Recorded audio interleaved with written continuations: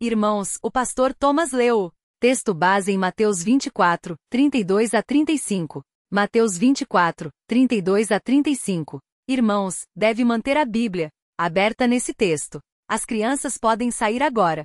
Por favor, as crianças podem ir para sua classinha e nós vamos dar seguimento à nossa exposição de Mateus 24. Crianças podem sair agora devagarinho, sem correria, sem atropelos. E vamos ao nosso sermão em Mateus 24, 32 a 35.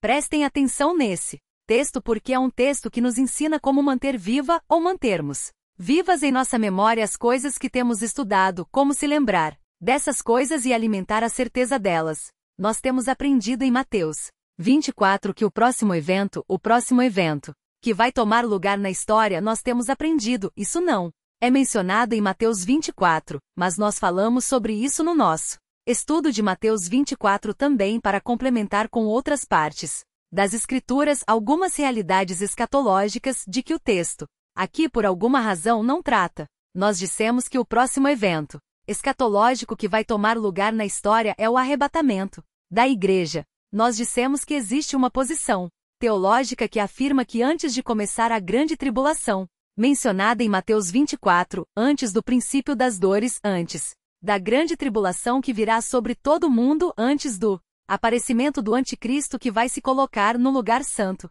e exigir adoração e ser adorado como Deus, antes que essa figura promova uma perseguição ao povo judeu e a todos os que confessam o nome de Jesus, nós aprendemos que, segundo essa posição escatológica, a igreja será arrebatada, e tendo sido arrebatada, haverá, juntamente com o arrebatamento ou na mesma ocasião do arrebatamento, a ressurreição dos crentes em Cristo. Eles ressurretos vão se unir aos crentes que estiverem vivos naquele dia e todos então subirão para o encontro com o Senhor nos ares. A Bíblia fala sobre isso em 1 Tessalonicenses no capítulo 4, e trata também da ressurreição e do estarmos para sempre com o Senhor também, em 1 Coríntios 15. Mas o texto de 1 Tessalonicenses 4 é um texto que trata diretamente e especificamente sobre arrebatamento da igreja, e depois disso virão então os episódios que nós temos estudado e que Jesus narra em Mateus 24 neste grande sermão, nesta grande porção do Evangelho de Mateus que é uma homilia,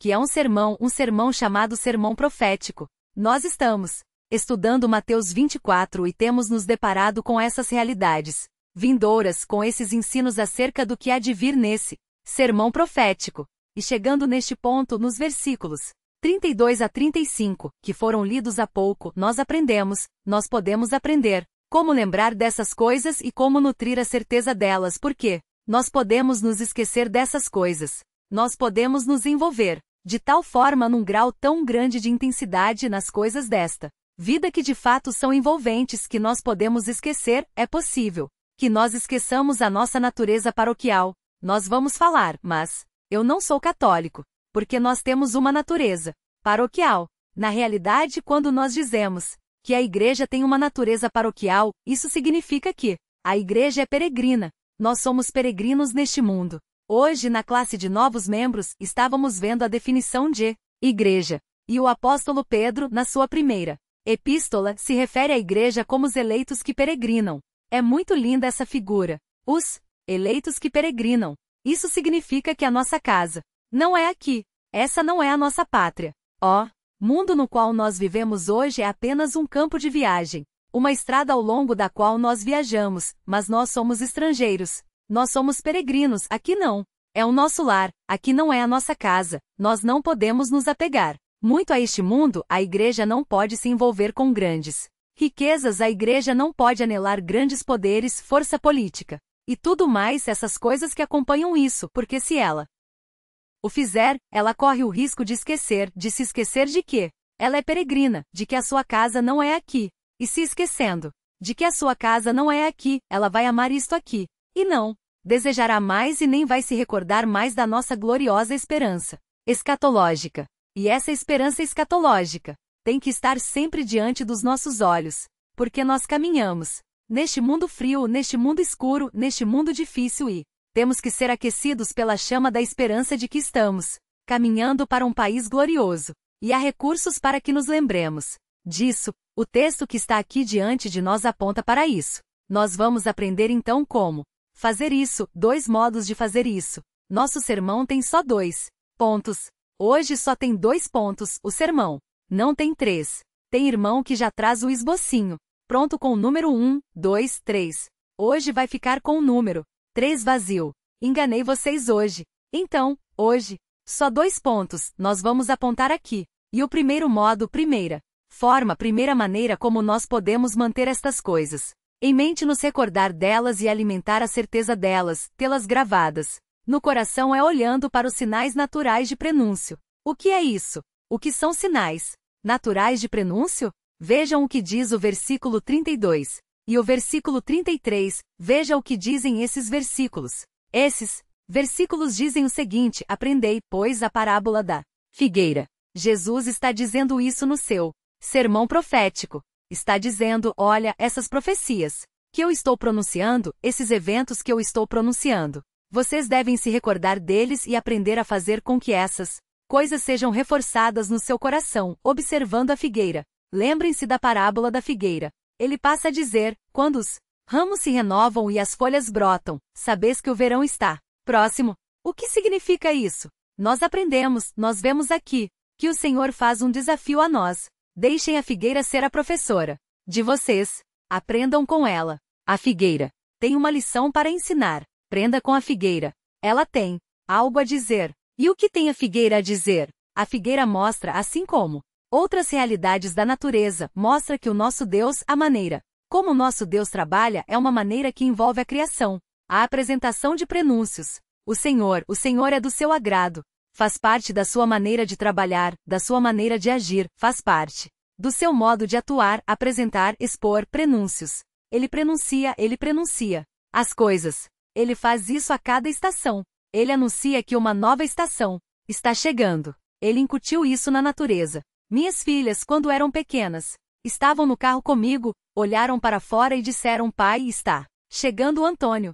Está chegando o Antônio.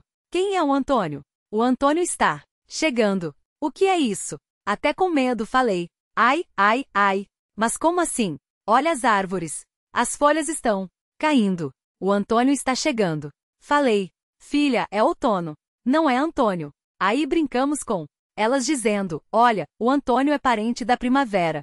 Brincamos com elas assim. Mas o Senhor faz isso, ele incute na natureza esses sinais, anunciando o que vai acontecer. Então, Senhor Jesus, ele diz o seguinte: olha, no que diz respeito aos sinais da natureza, é assim que Deus trabalha, mas Deus não trabalha assim somente no que diz respeito às estações. O Senhor não pronuncia somente estações novas. O Senhor não pronuncia somente tempestades. Meu avô, ele olhava para o céu e dizia: vai ter uma tempestade. Eu vejo os prenúncios de uma tempestade. Ele acertava. Esses sinais que Deus coloca não são os únicos. A Bíblia ensina, a Bíblia mostra que existem sinais também dos eventos futuros.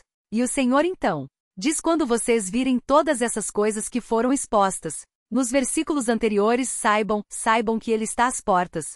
Nós não precisamos interpretar. Não devemos interpretar somente as coisas naturais. Há também sinais colocados por Deus na história que mostram os atos do Senhor prestes a se realizar. Há no capítulo 12 de Lucas algo semelhante. Vejam Lucas no capítulo 12, observem o que diz Lucas. No capítulo 12, o texto diz assim, o texto fala, versículo 54 fala: assim, o Senhor ordena que observemos essas coisas, que usemos esses recursos como recursos para gravar em nossa mente as coisas.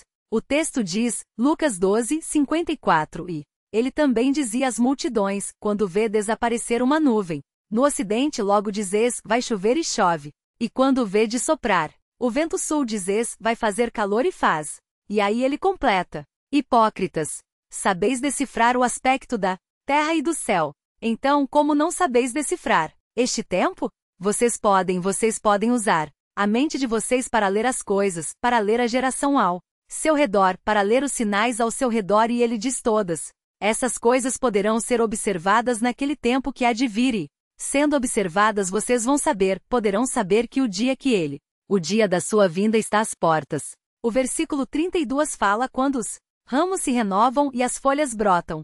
É muito importante ver entender a natureza otimista e positiva dessa figura. Porque o Senhor aqui, Ele está descrevendo o fim do inverno. Ele não está dizendo que a figueira, nesse seu processo aqui, aponta para algo ruim. Não. Ele faz com que surja na mente dos seus ouvintes uma figueira que não tem galhos novos, uma figueira que não tem folhas. E então ele diz, de repente vocês notam naquela figueira seca, do período do inverno, que parece não ter vida, uma figueira que não tem fruto nenhum, que não tem folhas, vocês notam nelas alguns brotos novos, algumas folhas novas.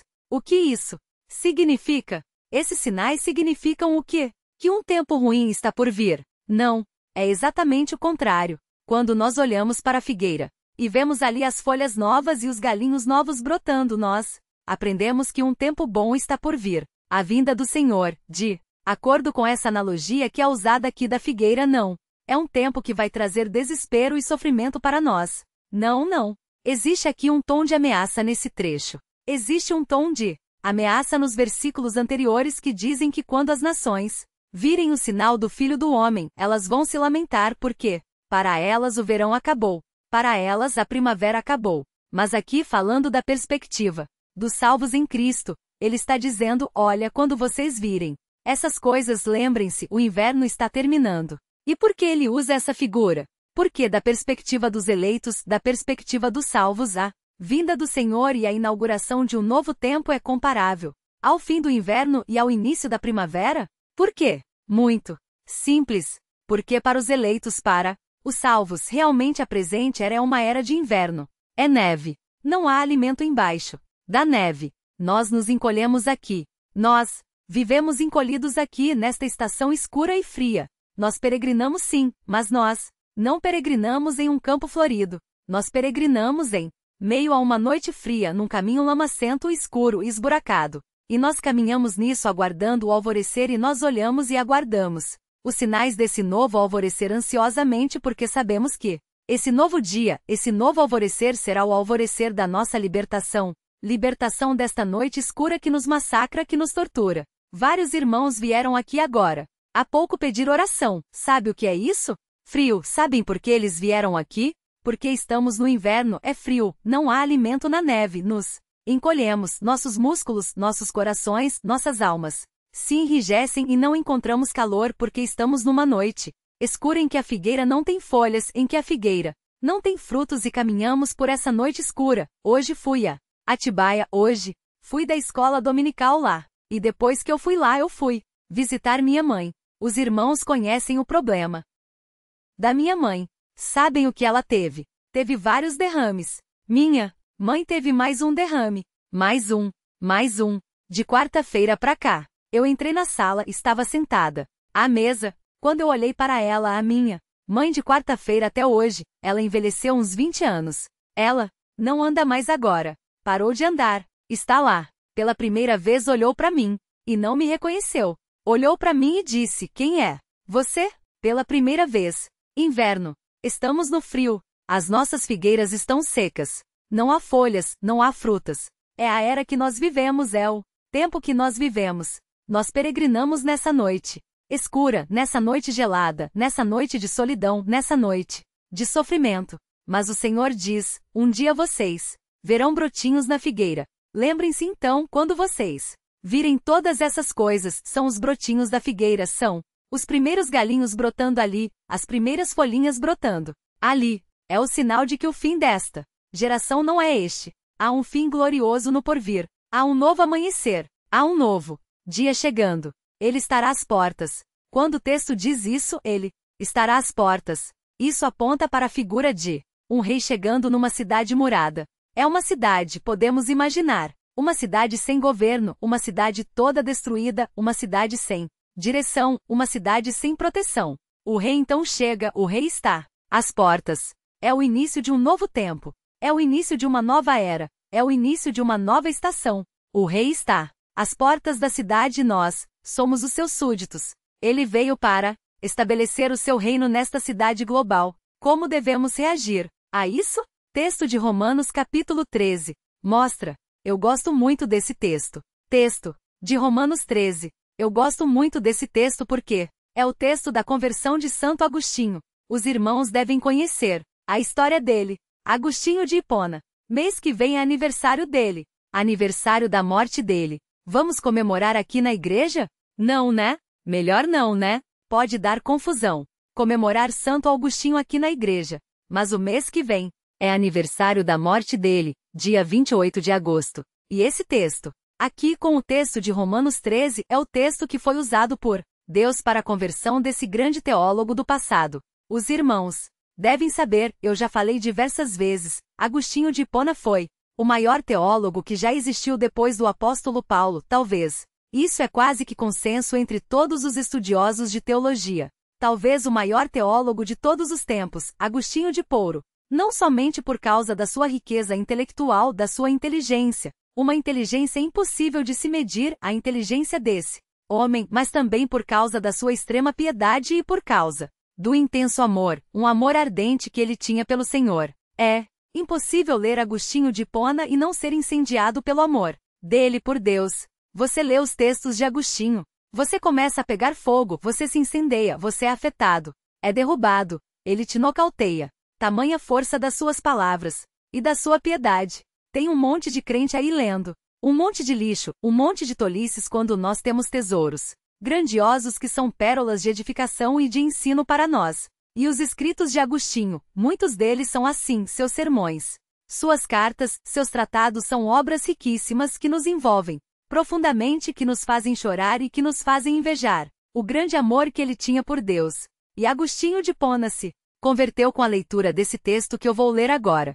Ele estava em Milão, ele estava lá e chorando muito, desesperado, por causa do vazio do seu coração. Então ele escutou algumas crianças brincando e cantando do outro lado da cerca ou do muro ali, da propriedade onde ele estava. E as crianças cantavam, toma e lê em latim, tolilede, tolilede. E ele entendeu que era uma mensagem de Deus para ele, ele correu para dentro de casa, pegou uma Bíblia que estava em cima do armário. O Novo Testamento voltou para debaixo da figueira, onde ele estava sentado e abriu a Bíblia a esmo em qualquer lugar e caiu nesse texto aqui. Quando ele leu esse texto, então, ele narra que um fardo caiu dos seus ombros, e ele creu e se tornou uma nova criatura. Logo depois de ter narrado isso, nas suas confissões ele diz, tarde te amei. Ele diz, tarde te amei, doçura minha, tarde te amei. Tinha 33 anos quando se converteu. Tarde te amei.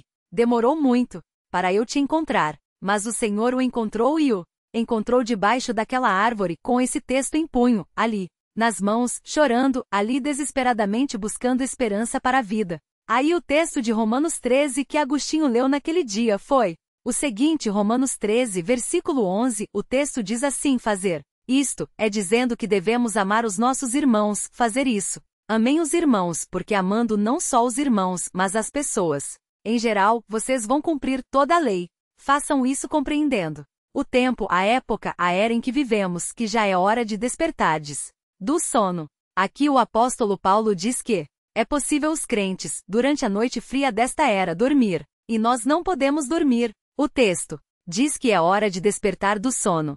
E quem não ama seu irmão, quem não vive em obediência, pondo em prática o seu amor, está adormecido, está entorpecido pelo egoísmo, pelo pecado, pela desobediência. Então por isso ele diz, é hora de despertar do sono. E ele prossegue dizendo, porque a nossa salvação está agora mais perto do que no início quando cremos. Paulo disse isso há 2000 anos atrás. Como está a nossa salvação agora? Mais próxima ainda. E o texto prossegue e ele usa essa figura muito bonita da noite. Ele diz, a noite já está avançada. É a presente era, a noite fria está avançada. Mas vejam, e o dia se aproxima, vem chegando amanhã, o dia se aproxima. Deixemos de lado as obras das trevas e revistamos-nos das armas da luz.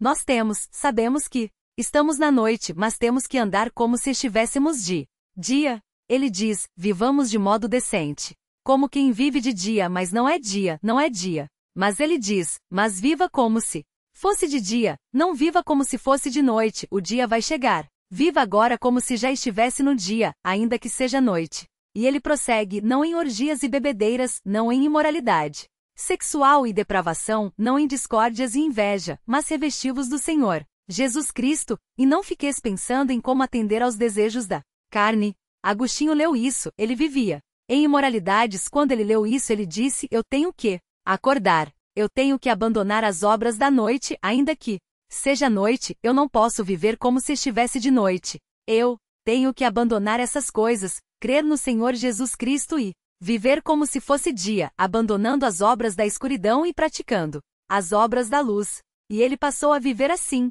Nós aprendemos no texto de Mateus 24 que aquele dia virá e há sinais na natureza, que devem nos fazer lembrar disso.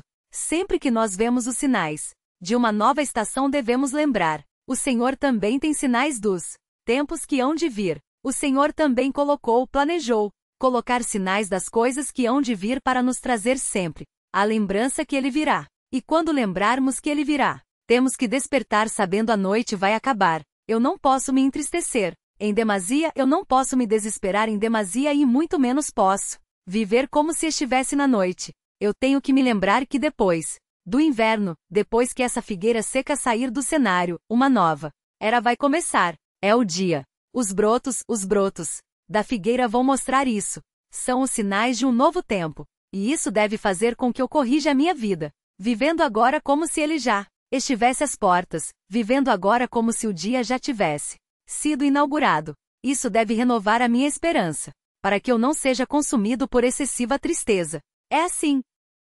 É dessa forma, irmãos, que nós podemos olhar para os nossos queridos e ver que eles estão se desfazendo. É assim que nós podemos encontrar forças para olhar para nós mesmos e ver que estamos nos desfazendo. Nós podemos encontrar esperança na realidade de que um novo tempo virá. O que eu vi hoje na minha casa não é o fim da história. É noite, é a noite, é um pedaço da noite. Quando entrei na minha casa, na casa do meu pai, ela estava sentada à mesa de costas para mim. Quando ela se virou, era outra pessoa, envelhecida, destruída.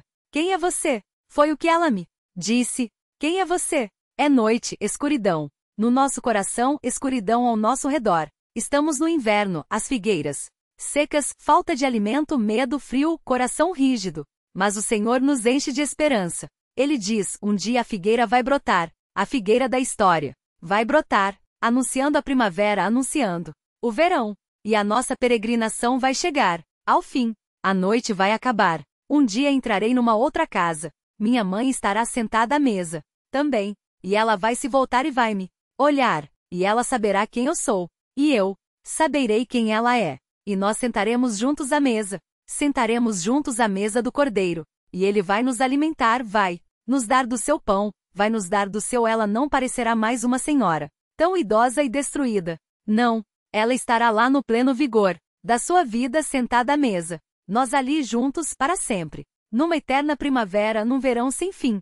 Não se deixem consumir pela tristeza. Vai passar. Não se deixem consumir pelo frio. O sol vai raiar. O Senhor disse: aguardem, aguardem, a figueira vai brotar. Mas o texto prossegue e o texto fala de um outro modo como podemos fortalecer a certeza dessas coisas, além de olharmos para os sinais naturais de prenúncio, que devem nos ajudar como um recurso mnemônico, incentivando a nossa lembrança e nos trazendo a lembrança dessas coisas. Sempre que olharmos uma mudança de estação, lembrarmos que um dia a estação da história mudará definitivamente. Além disso, nós temos um outro modo como podemos fortalecer a nossa crença nessas coisas e a nossa lembrança nessas coisas. E a segunda forma está nos versículos 34 e 35, é considerando a força das palavras de Cristo. Vejam os versículos 34 e 35 e veja que considere a força das palavras de Cristo. As palavras do Senhor sempre foram palavras fortes.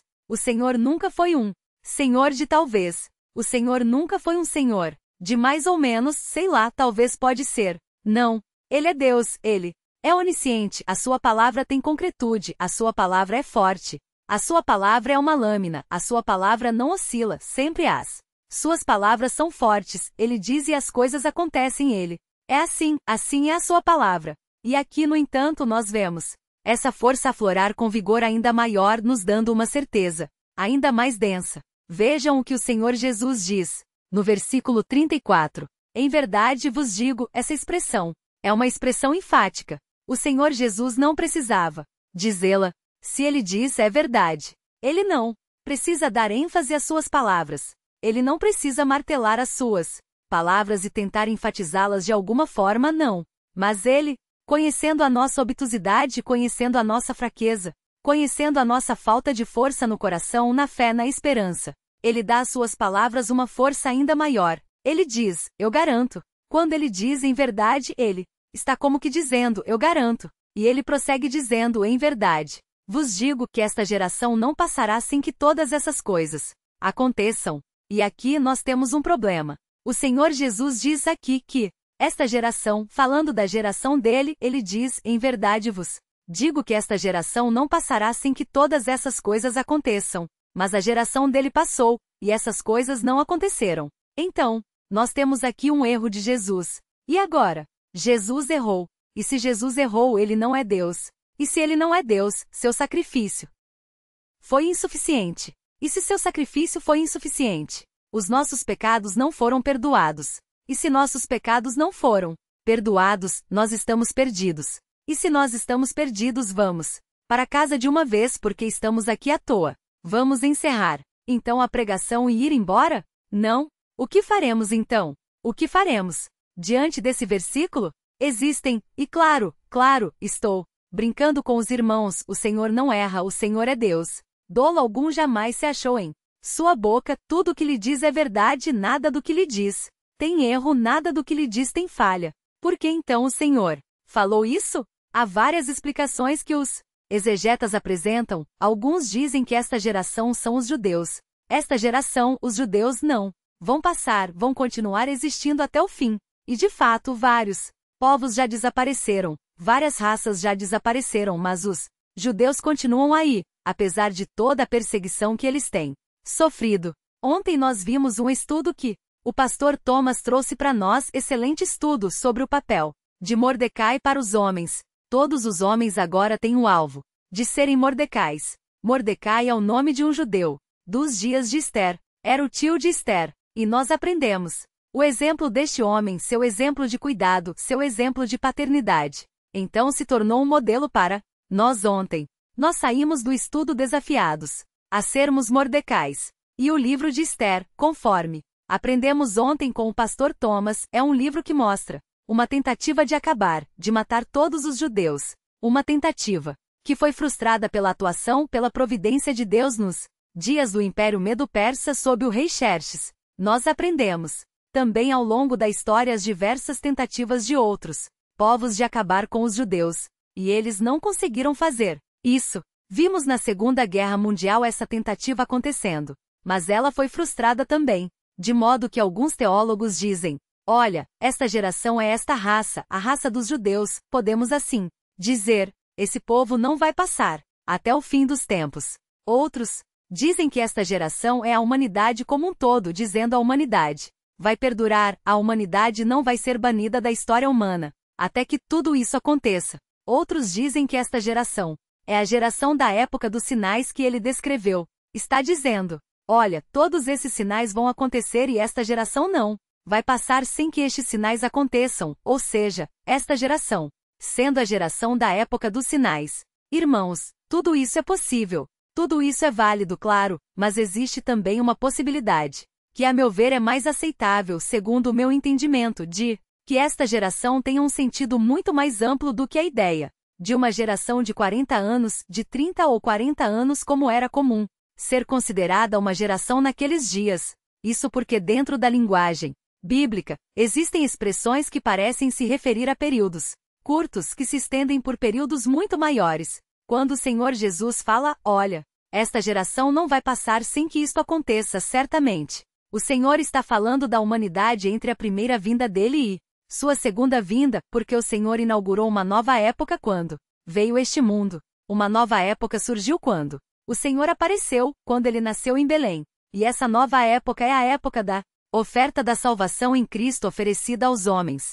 E esta geração que começa nos dias de Cristo e tem se estendido até hoje é a geração que tem ouvido esta oferta, que tem recebido esta oferta, mas tem rejeitado esta oferta. Toda essa estirpe, que vem se desenvolvendo e tomando lugar na história ao longo de 2000 anos, desde a sua chegada até o dia da sua segunda vinda, são esta geração, a geração que conheceu a mensagem do Filho, a geração que recebeu a oferta do filho e disse não ao filho. O apóstolo Paulo chama todo esse período, ele não chama de esta geração, mas o apóstolo Paulo usa uma expressão também que se refere a um período curto, mas que na realidade é um período imenso.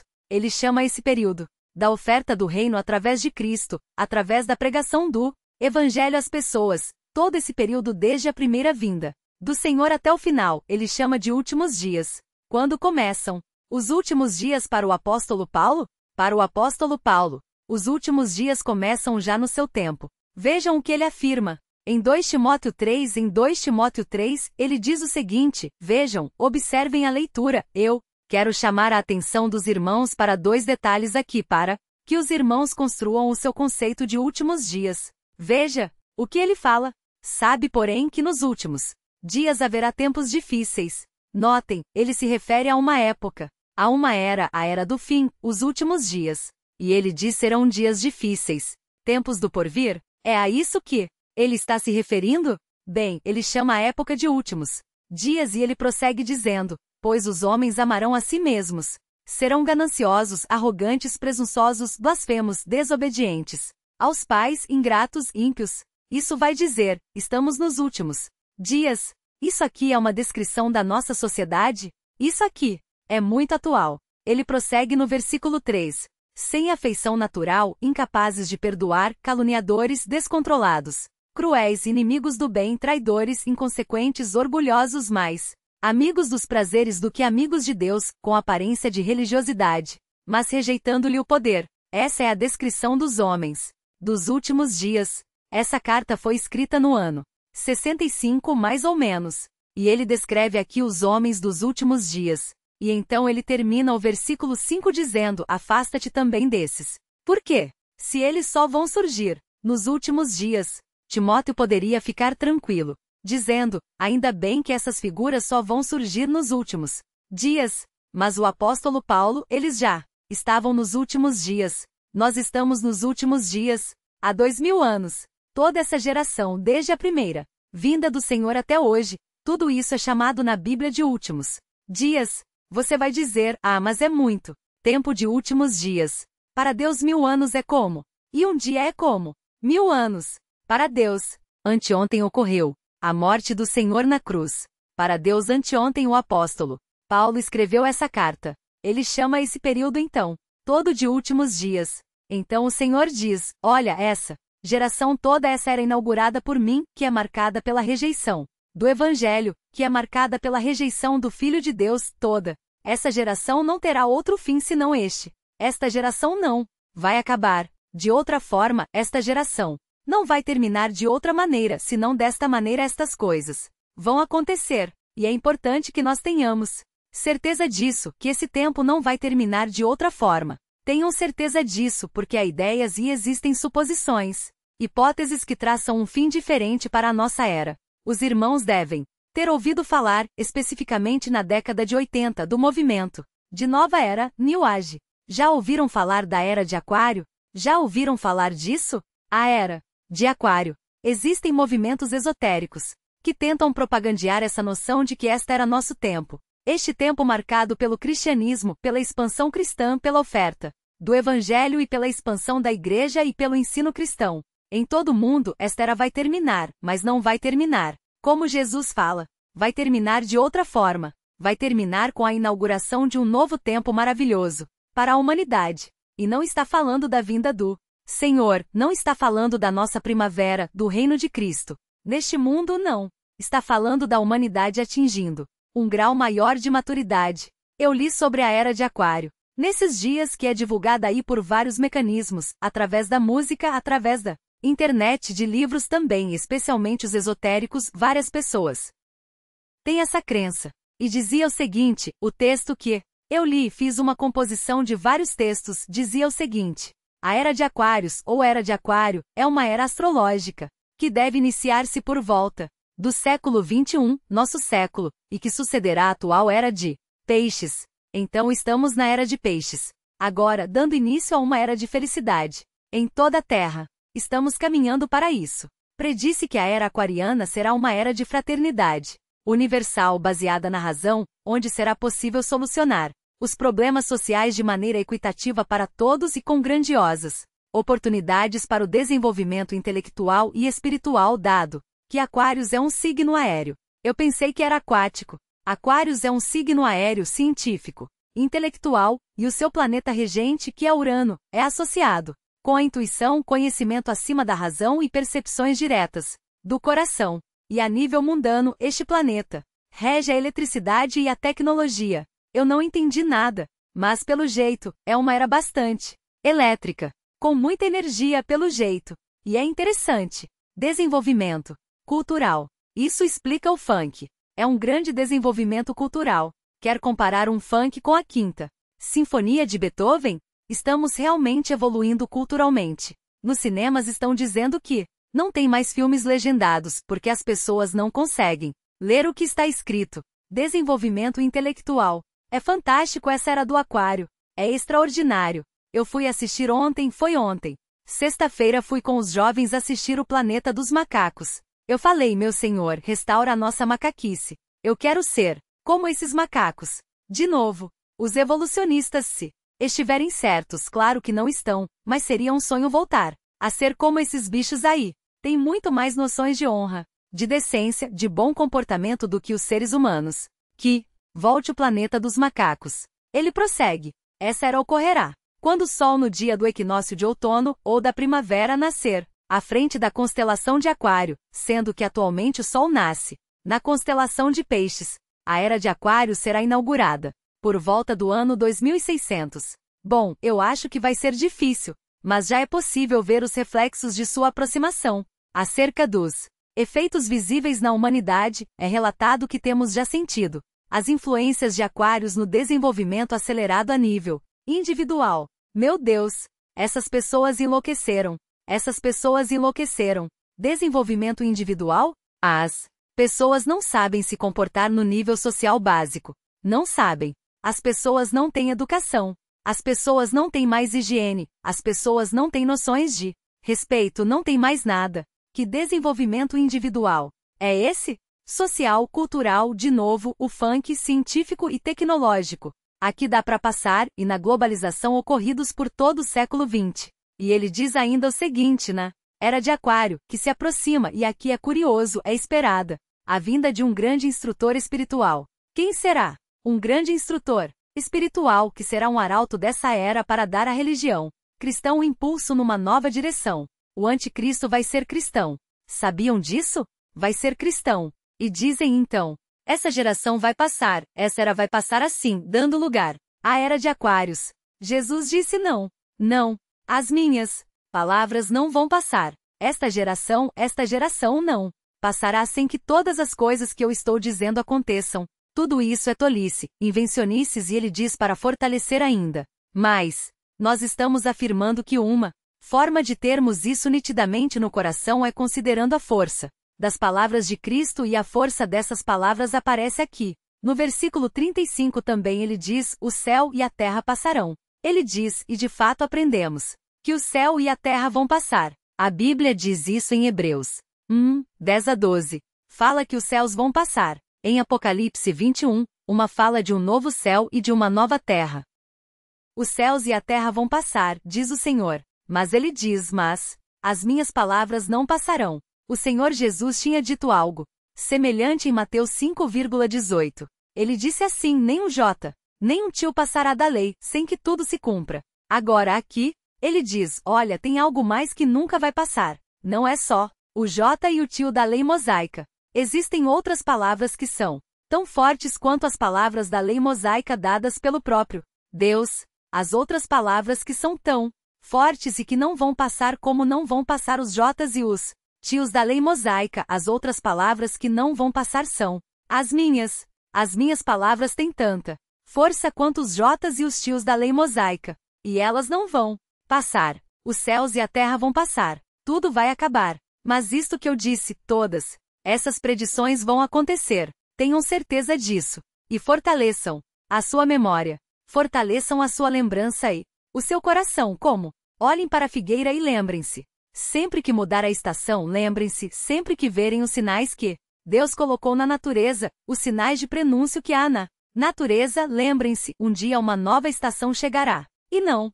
se lembrem apenas disso, lembrem-se da força das palavras do Senhor, aquele de cuja boca sempre saiu. A verdade disse, em verdade eu digo, estas coisas vão acontecer. Aquele que a própria verdade disse, olha, os jotas e os tios da lei não passarão e as minhas palavras são como isso, elas também não vão passar, tenham certeza, tudo o que eu disse vai acontecer e encontrem nisso consolo e busquem nisso santidade.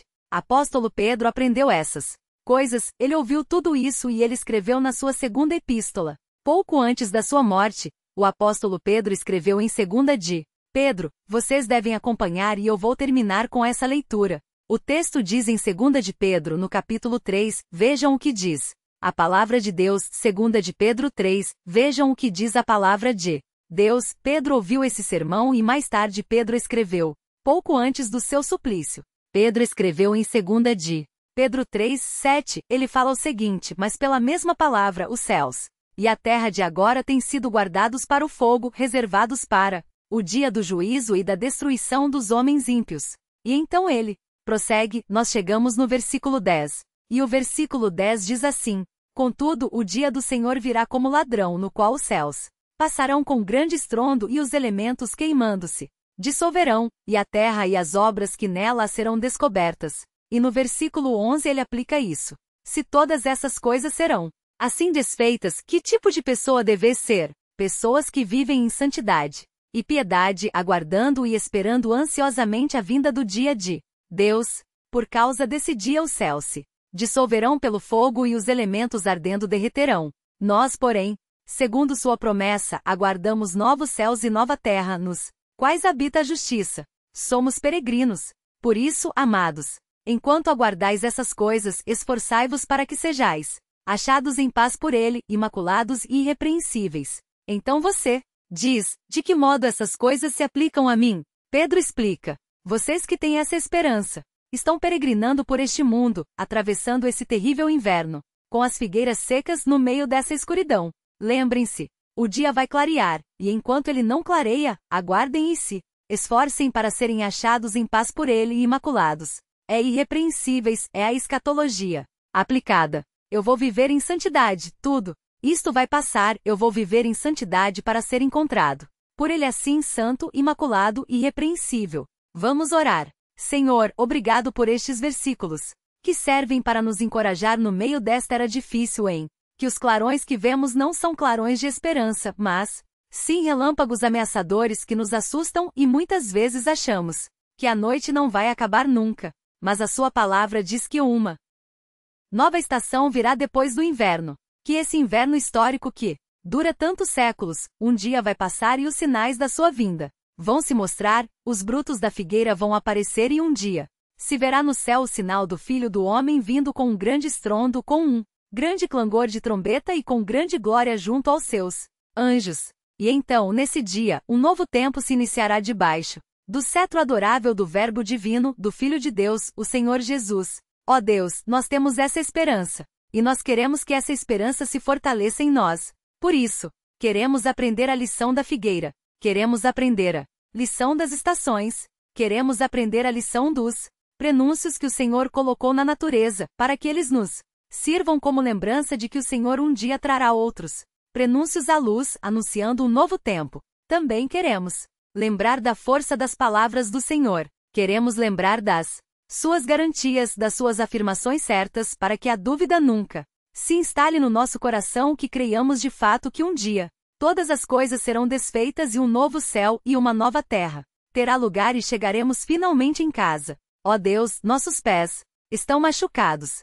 Sim, estão. Nossos pés estão feridos, nós estamos ofegantes nessa jornada. Às vezes descansamos por alguns momentos, mas são somente isso, momentos. E logo seguimos nesta noite no meio de problemas que se apresentam diante de nós, nos ameaçando e roubando a nossa paz. Estamos cansados. Por isso, Senhor, apressa o dia do nascimento do sol do seu reino. Apressa o dia em que a estrela de alva vai brilhar no céu da história, apontando o início de um novo dia. Deus, ajuda-nos, enche-nos de esperança e de vigor para prosseguir, sabendo que a nossa pátria não é aqui, mas o Senhor nos aguarda num banquete glorioso, no grande Dia de Deus. Renova nossas forças, aquece a nossa esperança e nos ajuda a prosseguir na força que só vem do Senhor. Em nome de Jesus pedimos. Amém.